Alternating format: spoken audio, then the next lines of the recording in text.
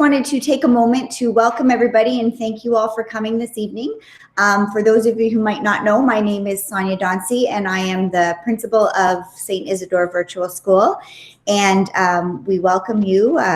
Emily, Ken, thank you very much for helping to put this on for our parents to help support them as they move through this virtual journey with their children. And we also have Janet Gersoy here, the vice principal of the virtual school. Just before we start, a few things. You may notice that when you look on the right-hand side of your screen, there's people that say 27. That means that we have 27 people present here right now. There's a little text box. And what that means is if you want to chat, if you push that and you want to type something in the chat as we're moving along, if you have questions, we'll try our best to answer the questions as we move along. If we aren't able to answer a question right away, we'll stay on a little bit at the end just to make sure that all of your questions are answered as we move forward. We ask that everybody keeps their mics muted, and then if you do have a question, just sort of let us know, raise your hand or whatever, and we can stop. We'll try to, and if we don't get you, just maybe put something in the chat and we'll try to keep on top of that too. And anything else, Emily, that I'm forgetting that you'd like me to share before we start? No, I think that's great. You're welcome to turn your cameras on or keep them off, whatever you're comfortable with. Thanks. It's always nice to see who we're presenting to. So Ken, if you want to begin and introduce yourself. Sure. Hello, everyone. My name is Ken McCarthy. I've been with the board for longer than I'd like to tell you. And I'm a special education coordinator now. One of the things that I do is purchase some of the tech for the board, particularly for special education. So one of my responsibilities would have been looking into read and write a number of years ago and seeing if it's suitable for the board. So that's one of my roles. Did you want me to jump in, Emily? You want to introduce yourself first and then go Sure, from there? I can do it quickly. Hi, my name's Emily. I've been with the board for 11 years. I think it's shorter than Ken, just based on his introduction. I'm currently serving as the technology-enabled learning and teaching contact teacher. I had to read that out. It's so long. But basically, I work to support mainly our virtual school staff, students, and parents. I jump into classrooms as a guest speaker to help out. And so I'm here for you parents, also to your children. If you'd like follow-up support after this session, I will place my email in the contact for you. Okay, so I think I'm starting off, right, Emily? Your volume, by the way, was good. Is mine okay? Yeah, yours is perfect. Thanks. Okay, good. All right, so what I'm going to do, I'll present my screen now. Hopefully everybody will be able to see. We do in virtual school. For the students who are here, do you want to give a thumbs up once you see Mr. McCarthy's screen? Oh, not too soon. Just a minute here. I'll just get it going right here.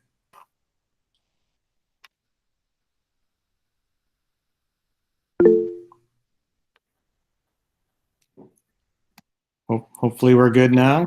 We're all set. All right. Okay, so I'm going to jump into a little presentation I've got here. And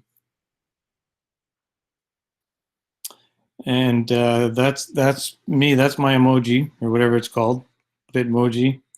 The head's a little too large, I'm told, but what are you going to do? So as I pointed out, I was responsible for looking into read and write a number of years ago. And we became a Google board probably a little bit earlier than a lot of other school boards. So we needed to find something that was suitable to work with it for kids who might struggle a wee bit with reading and writing. So we looked into something that was as compatible as possible, and we came up with read and write. And we were very fortunate to get it. We were one of the first boards in the province to go ahead and out on a limb and try it out. And we are thankful that we have because the folks at Read and Write have really improved things and have worked as a good partner for us. So we've had it for more than 5 years now. And we eventually were able to purchase a board license. So every student in our board should have access to it. If they don't, we'll discuss that a little bit down the road here as to why they might not.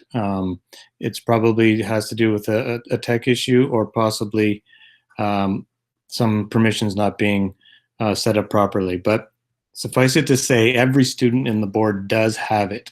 It'd just be a matter of accessing it. We've also trained a lot of the teachers. I don't even know how many now. It's got to be well over 1,000, 1,500 possibly. So many teachers are aware of the software and are using it in their classrooms.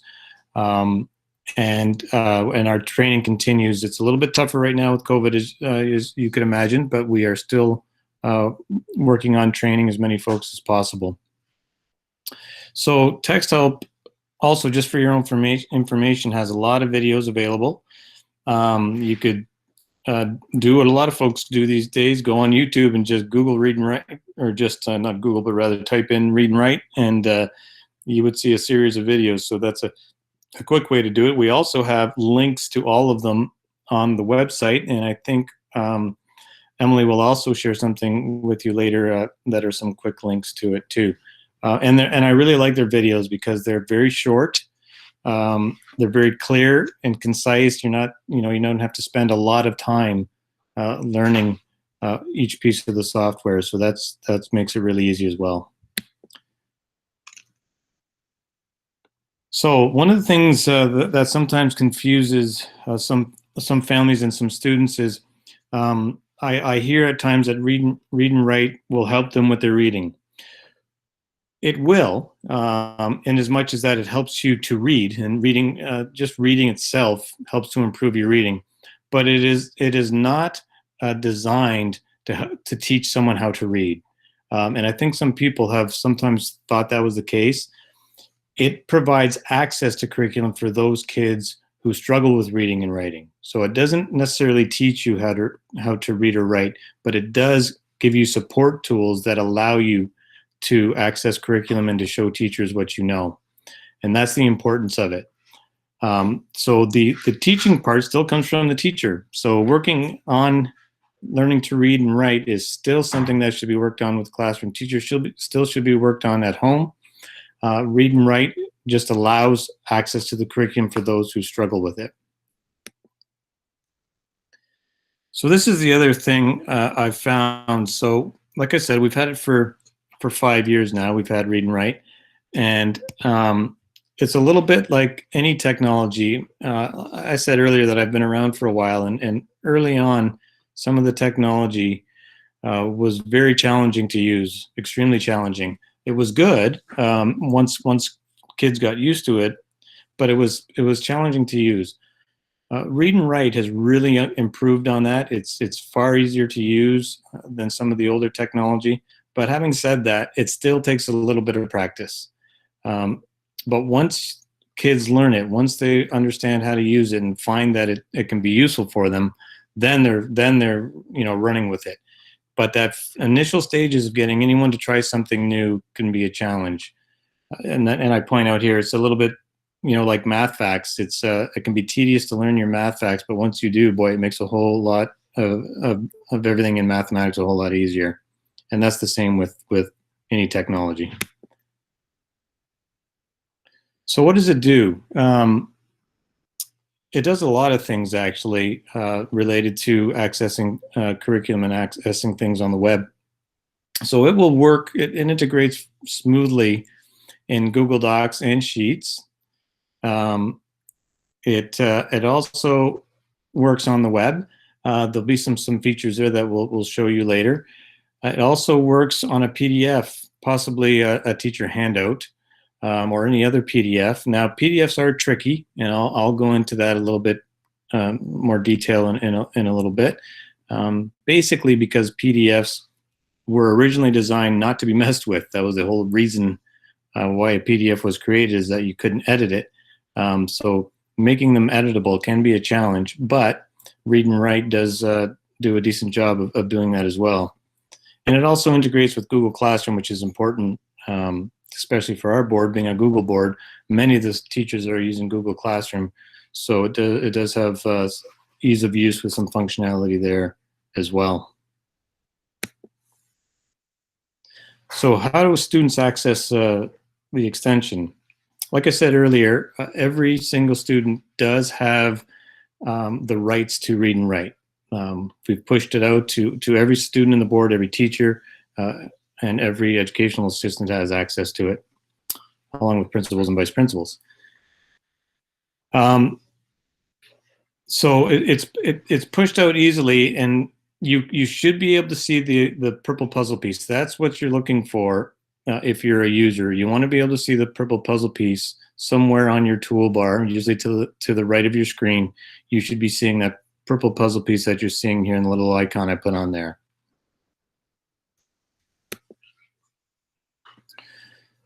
So it's very important that students log in to their account, however, and you must be using Chrome. Some folks have had some difficulty early on because they were not using Chrome. Fortunately, now Chrome is pretty popular. A lot of people are using Chrome, a lot more than in the past. Internet Explorer used to be, for some of you folks that have been around a while like me, Internet Explorer was what everybody used there for a while. And now lots of folks tend to use Chrome. So that seems to be a whole lot easier now. And as well, the students have to make sure they log into their My Tools to Go account. So those are two of the main things that a student has to do right off the bat. They have to make sure that they're using the Chrome browser, and they have to make sure they've signed into their account. Because again, the tools are all attached to their account and been pushed out by our tech folks.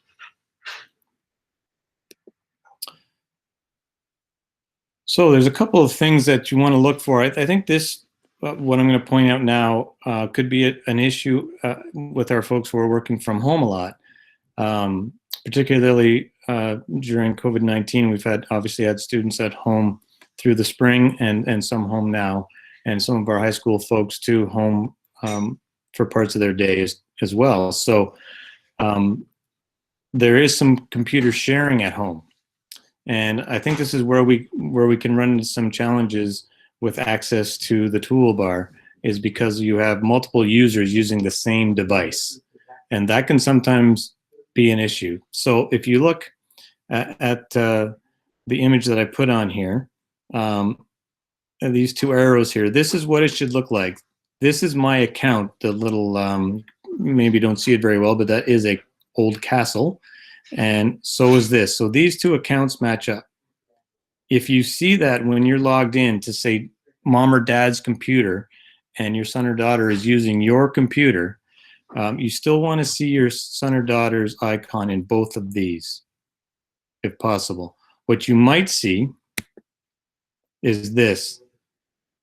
So it's mom or dad's computer, and they are the primary user, and this is their icon.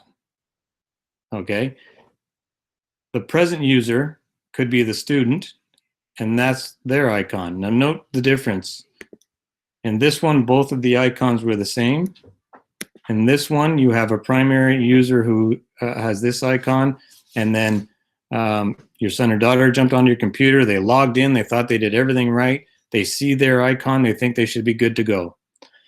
The problem is, because mom or dad are the primary user, all these features, these little icons you see across here, all belong to this user. They don't belong to this user.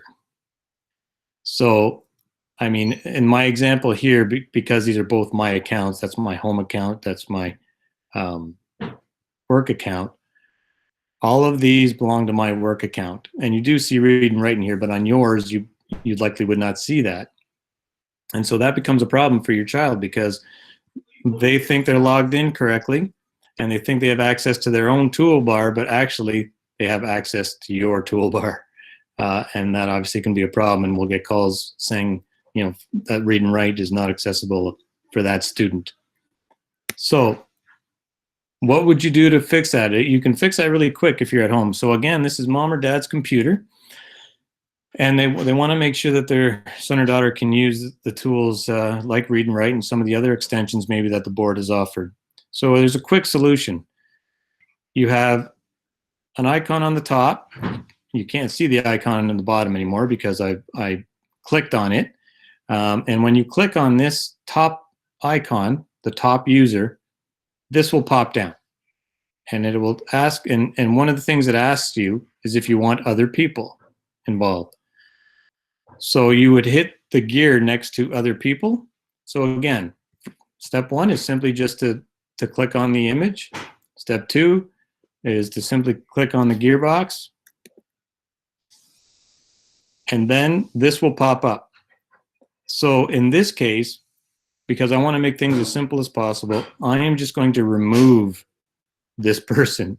And mom or dad, don't worry, you can log back in later and you'll have your account back. It should be no problem. But for simplicity's sake, so there is no confusion, because Google does allow you lots of different ways to do things, but the easiest way in this case is simply to remove this person, and now only the student account will be left. And that would be the easiest way to go about it. And when that takes place, then you would only have the student account and there would be no conflicts. Now, if the student account was not, you didn't see here at all, you didn't see your son or daughter's account, the way you do that is right here. You just add a person, they would put in their, their password, their email and password, and away they go. They would now be the owner of your computer, and they would be the ones that would have access to their own toolbar. So again, it sounds like a complicated thing, but it's really not that bad. So if you looked at it live here, if you'll notice, if you notice, I have both my icons here, so I'm in good shape. But one of the things that Google does to make life easy is they allow you to click on the lower one. And if you'll notice, I've already logged in before, so it sees me, and I click on it. And look, I have two icons, but note this toolbar didn't change at all. So again, I'm surfing with this account, but I'm not getting access to my own toolbar. Okay, so that's one of the things I think that can happen at home, especially if you're using mom or dad's computer. Those kids that have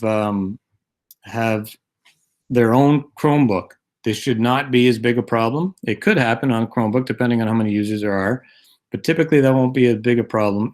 It can be a problem, obviously, for families who are sharing computers, though. Okay, so those are some key things to look at if you're a home user. I hope that wasn't too confusing, just a couple of steps there. And certainly, if you do have any difficulty, you can reach out to us, and we can help you through it, especially if you're finding you can't find the toolbar, if for whatever reason you don't think you're logged in to read and write. Those are some solutions that we could help you with. Okay, so that is maybe the least exciting part of tonight. So I'm going to turn it over to the most exciting part, and that's done by Emily, because she's better at the exciting part than me. No, that was equally as exciting. So I'm actually going to jump in on another computer. So just give me 1 second.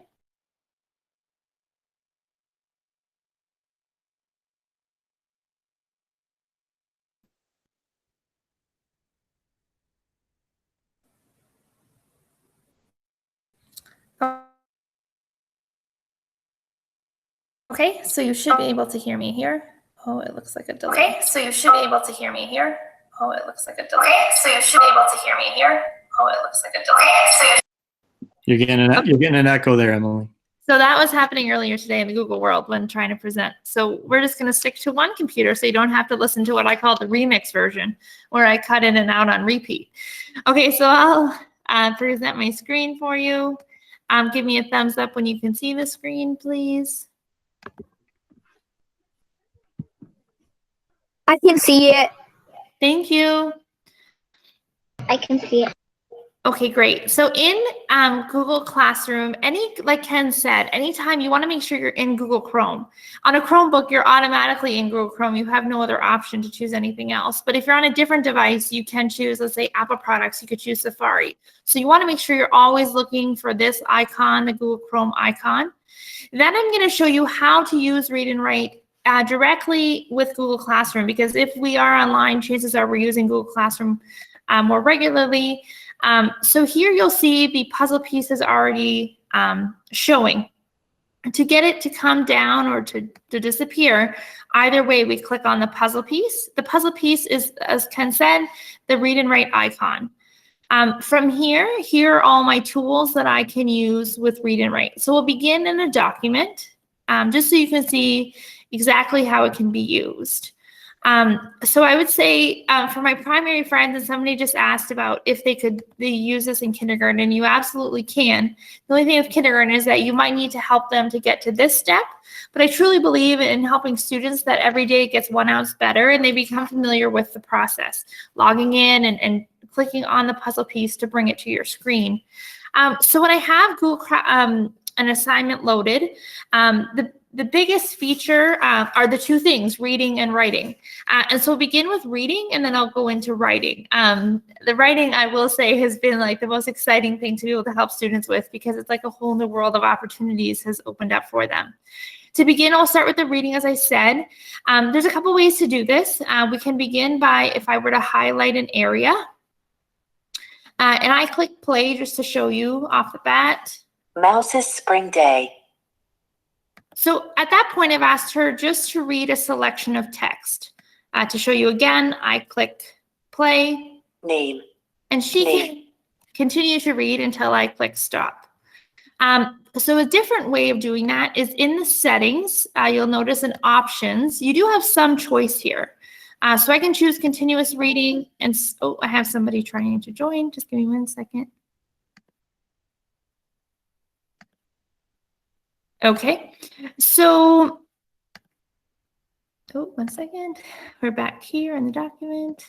Okay, so we'll do continuous reading, and here I could change the type of voice, and I can also have them go slower, and I will speak to the translation in 1 second. So say I wanted the read to do the whole document. If I click play. Mouse's Spring Day. Name. 1. How was the mouse feeling at the beginning of the story? 2. What happened first in this story? 3. What happened then in the story? 4. What happened next in the story?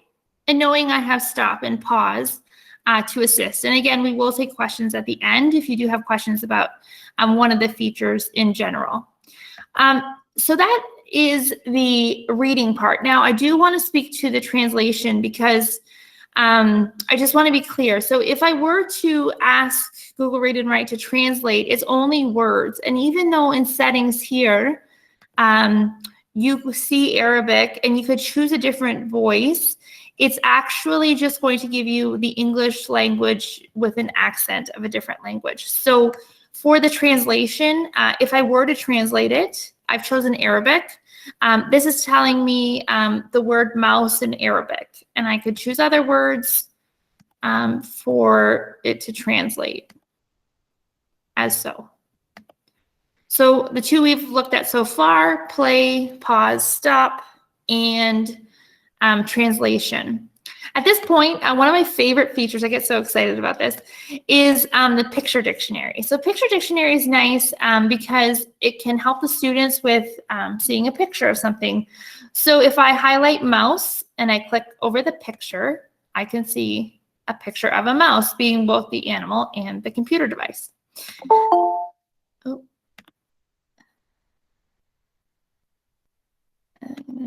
Oh, sorry, I meant to click a bit there. Okay, so then heading back here, if I want to choose beginning and see the picture that appears there, it shows let's try that again.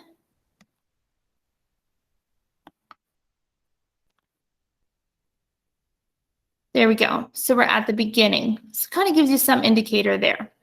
Also, there is dictionary. And so it will give you the words, like a definition of the word that you have highlighted. Now for the best part, I think. So this is the talk to type, or speech talk and type, as they call it. So when you click here, as soon as I start talking, it will type everything I'm saying, which can be very helpful for our beginning typers, period. So nod your head up and down if you agree that's a pretty cool feature. Yeah, I agree. All right. oh, it says diapers. That's not what I was looking for. So I would change that if I wanted to be sure. Diapers. It's not what I wanted. So then I could try again, which helps me to show the next one. So I could put in diapers as I wanted. And if I wasn't sure, I can choose check it to make sure, oh, it's telling me that's not the right word, probably because typers isn't a word. So our students who are learning to type. Now, another nice feature is this word prediction here. So say, for example, you don't always want to choose talk and type. You would like to choose, you're struggling to come up with a word. So Google Read and Write gives you some great sentence starters. Be. To. Of. There. Are. Is. And you could continue that way. Okay, so now that we have the talk and type feature, I want to also show you that it can be done across different platforms. So it can also be done in Google Classroom. Now, when I choose talk and type here, what's important to note is you won't see that record feature, as if I click here, it will start recording again. And it stops when I click on the microphone. One time it recorded the entire announcements because I didn't realize I had it turned on. But here, if I click talk and type, I can add a class comment here. So just noticing that there's not that microphone option, but it still is working. The first time you've used this, you may see a pop-up appear, making sure it's okay to give Google Read and Write permission to use your microphone. So you want to make sure that that's okay and clicking allow. Again, if your student's using it, you definitely want to click allow. So heading back to the document here, we'll talk about some more features. Another nice tool they have is the highlighters. And so I'll show you a couple of things you can do with highlighters. So in this example, I'm going to highlight all of the transition words, but you could have your student, your child highlight words they're struggling with to remember, or a word they're learning for the first time.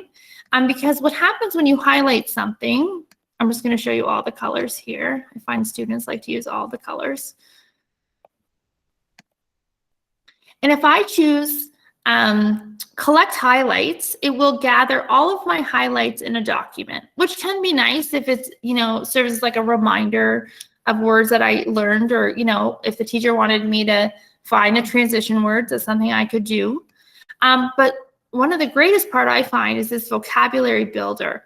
So if I click vocabulary, it's telling me a new document is being created. And it takes a minute because it is asking a lot of the internet to do this quickly, but it does happen. If you'll notice, it takes all the words I've highlighted and it gives a meaning and the symbols to go with it. So that could be great for somebody who's learning the words for the first time, and those symbols will help them to remember the words that they have read. So just the vocabulary builder there.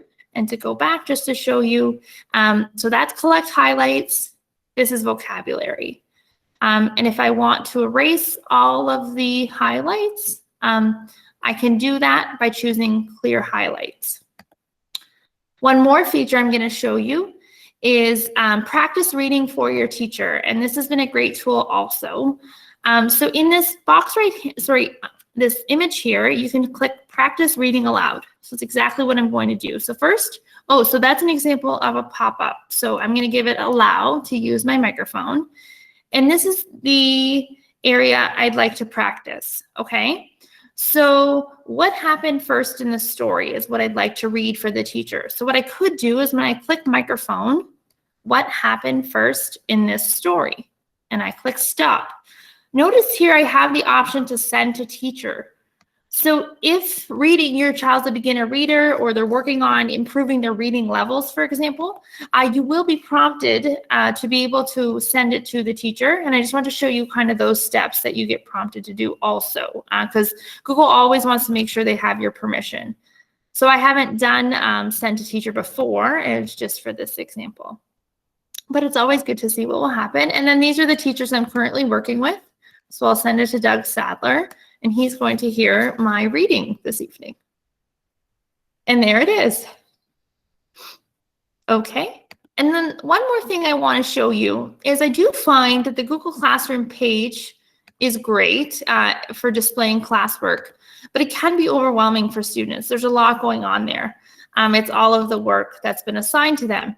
So one nice feature is if I pull down Read and Write, I can choose Screen Mask, and it kind of narrows, streamlines my focus to exactly what I need to look at. So just knowing this is available to help your student as they are navigating any part of Google Chrome. And then let's say I wanted parent form, and then I can choose where I need to click. And if I want to take it off, I can always click there. And the last feature I'll show you, so if I head back to this template, and let's say I wanted to do an internet search on a word. So if I click mouse and I click web search, it will do a web search of a mouse. So there you go. So those are a quick synopsis. We could have gone much longer of the features, but two of the things I will send you is all of those features explained. As Ken indicated, they're short clips, which are great. So Ken, I'll hand it back to you for the PDF version. Okay, thanks, Emily. So I'll present again. One of the things I'm going to show you is sometimes folks will get, kids will get handouts from a teacher, and in order for it to become accessible, if the student is not able to read it, for example, is it has to be scanned properly. And once it's scanned properly, then you've got to hope that the technology will be able to use it. So I'm going to show you something that I literally just did a few days ago with a teacher, and I'm going to show you two things. One is that it does work, and then secondly, I'm going to show you how it doesn't work and what there might be a workaround when that happens. So I'm going to present my screen right now.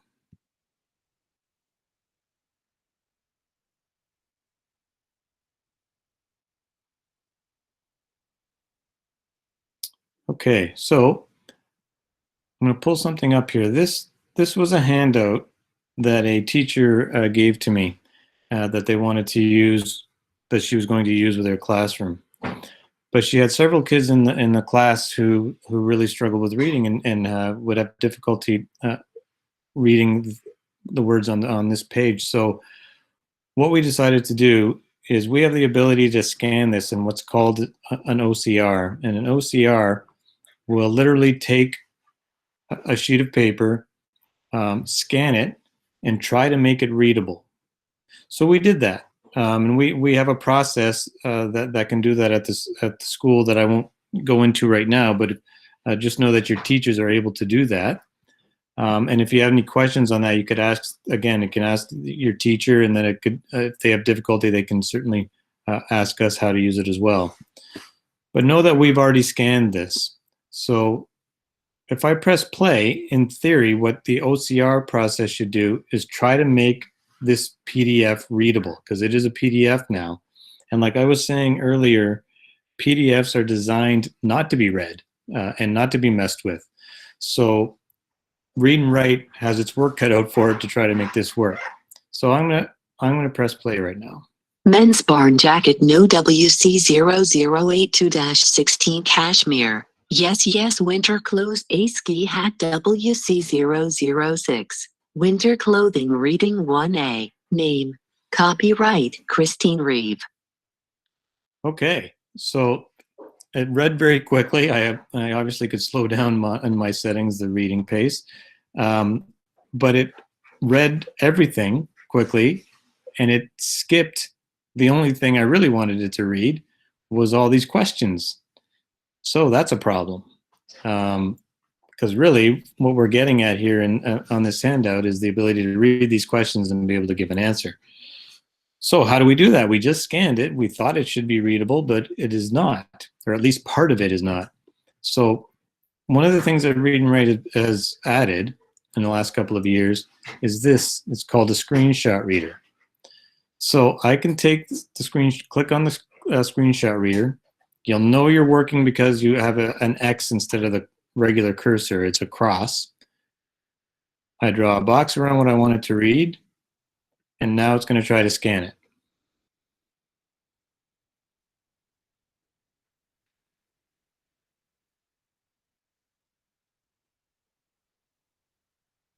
It's taking longer than usual. 1. What is sold in this store? Okay, so that worked.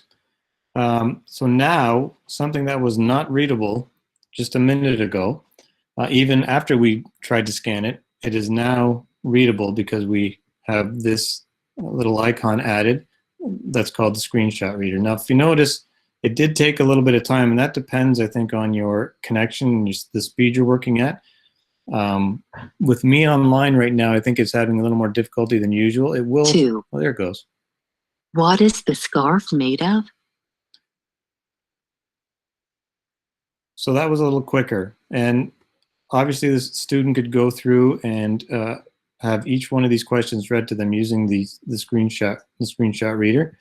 And then you can also, again, like I was saying earlier, a PDF is designed not to be messed with, but Read and Write allows a little typing typewriter feature where you can type your answer in.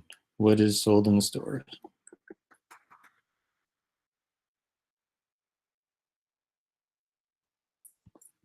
And there, you can type your answer in. You can also use the voice to text feature like Emily showed earlier. And so there's lots of options for students to be able to access a PDF and still put their answers in just like they would in a Google Doc. And again, it's a little trickier because a PDF is a lot more challenging for the technology to tackle. But I'll tell you, the one thing about Read and Write is every 3-4 months or so, they are improving their technology. It's getting better and better. They're adding more and more tools. Like, for example, the screenshot reader was not available all that long ago.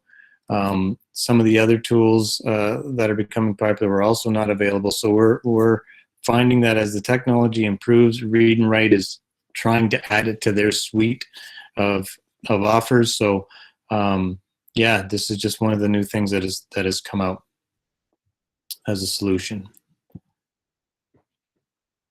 Okay. So that was the other main thing I wanted to show them. Anything we've missed, Emily, that we might want to show them real quick? No, I think that's okay. I think actually maybe I'll just jump on real quick just for a second here. I know everybody's busy. I don't want to take up too much people's time, but it will work on the internet. So just the tools are basically the same, but I just want to show you that it can work. So if a student had to do research on something, and they went to CBC News to find the latest news, and say they were doing something on the coronavirus. And this has a lot of underlining. So there's your puzzle piece. Once you click on your puzzle piece, the toolbar will come down. One of the things I like to use on the internet rather than the regular play button is this hover speech, because it allows you to place your cursor where you want it, and it'll start reading from there, because the internet can be pretty crowded, right? So if you just press the play button, it's going to try to read everything. Whereas hover speech, you can move your cursor to where you want it. Coronavirus tracker. Follow the spread of COVID-19 as case numbers remain high in most of Canada. And as you can see, it actually reads pretty well on different fonts on the internet. It reads, actually it reads the internet quite well, at least as good as the Google Docs, and often better than it reads the PDFs.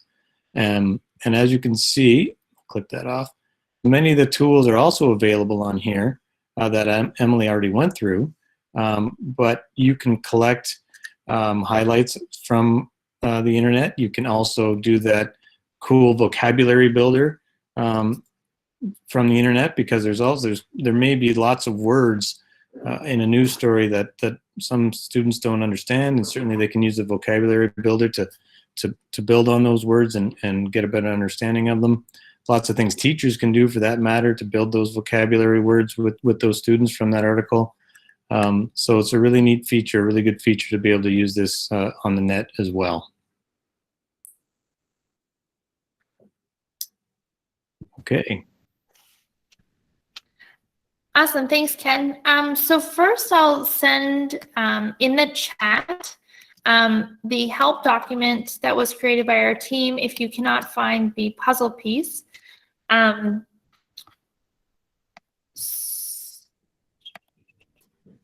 think our chat's back up, Emily, just so you know. I think it was, for whatever reason, disabled earlier for some reason. Yeah, I did bring it, but I'm not sure what happened there. Thanks, Ken. Sometimes technology, you just don't quite know what's happening.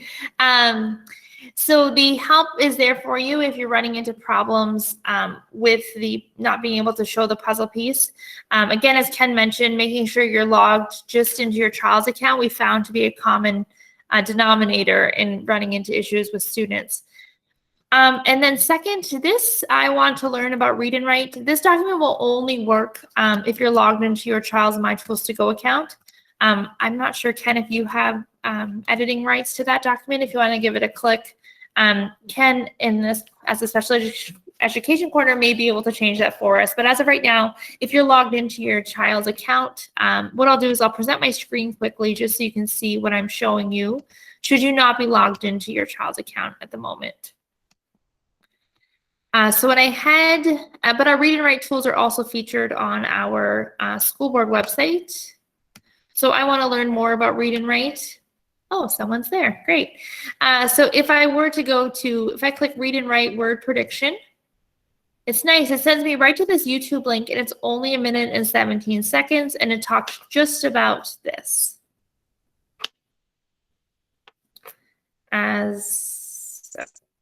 This video shows how to use prediction in Read and Write for Google Chrome. So there you go. And as I said, it's also on our board website.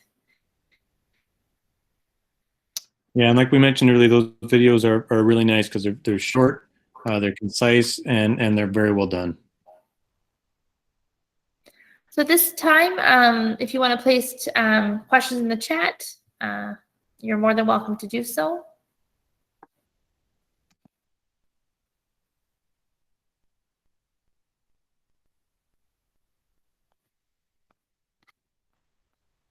Seeing none, I'll show you one more at this point. Our board has what's called a parent portal. If you're not aware of it, it's a resource for parents, which is why I thought I would show it to you.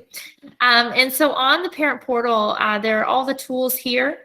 And this one here is read and write. And the overview tutorials on each read and write feature, installing in Arabic. And then all of our Google Workspace tools are also explained here. So what I will do is I will copy and paste the link for the parent portal also in the chat for you.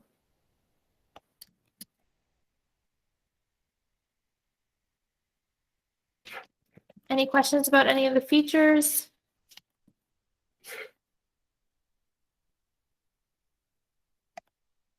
You can also unmute if you'd rather ask a question instead of typing.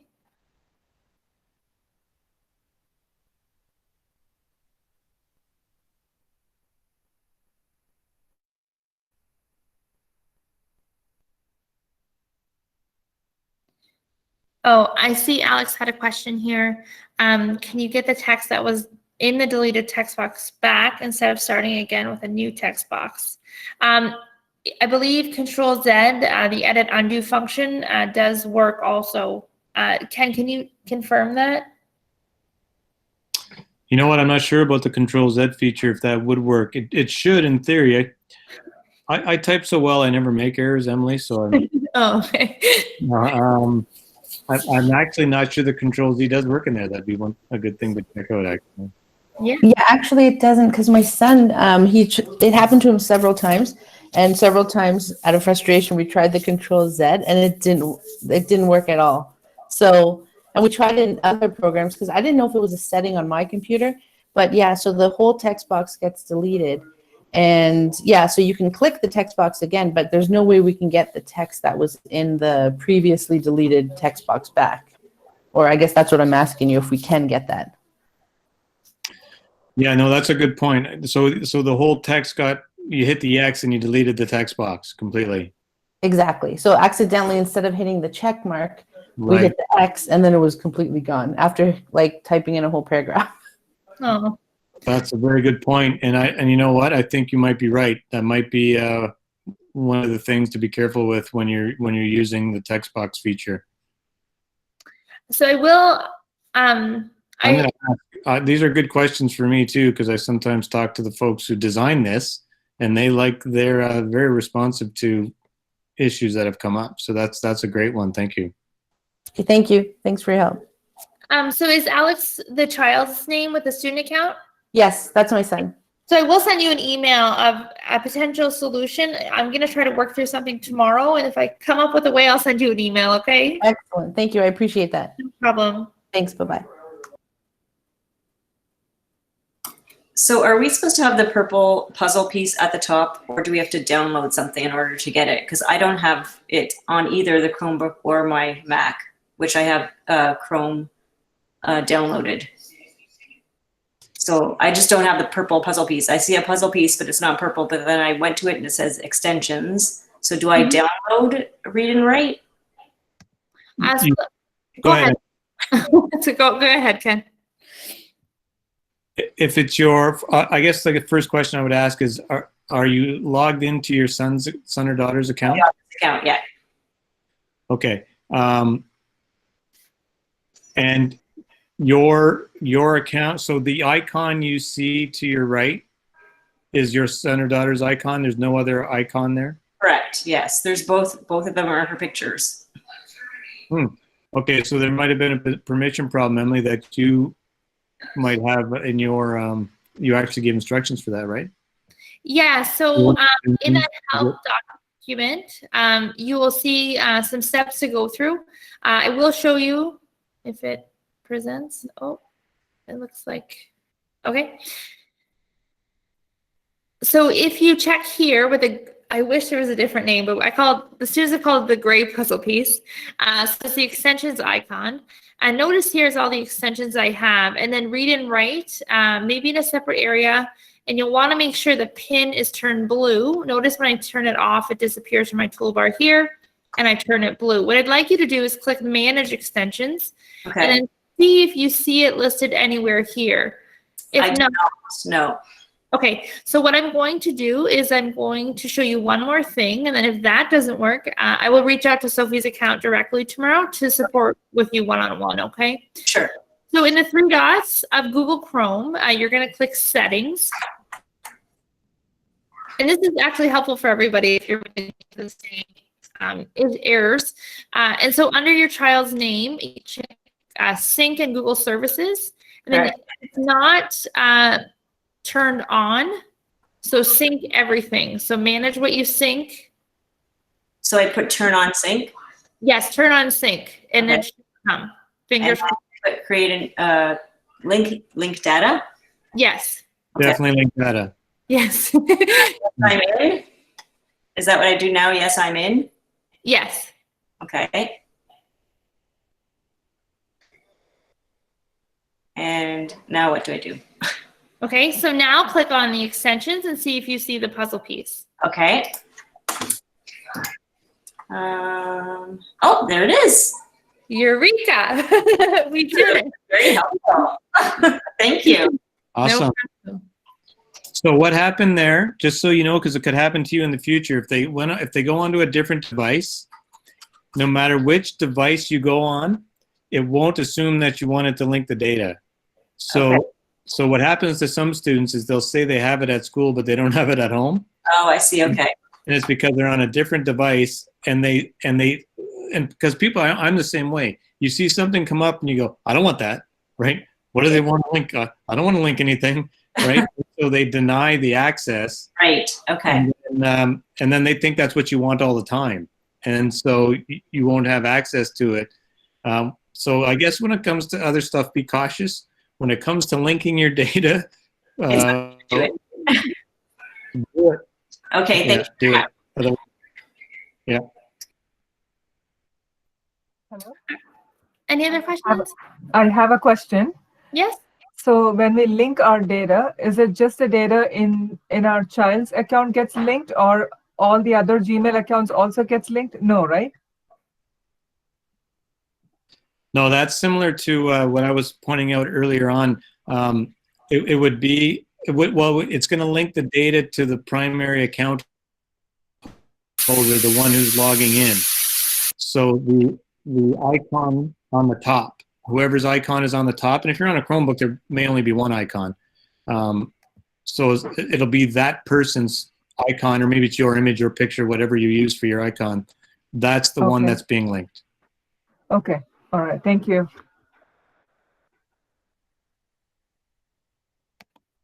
Any other questions?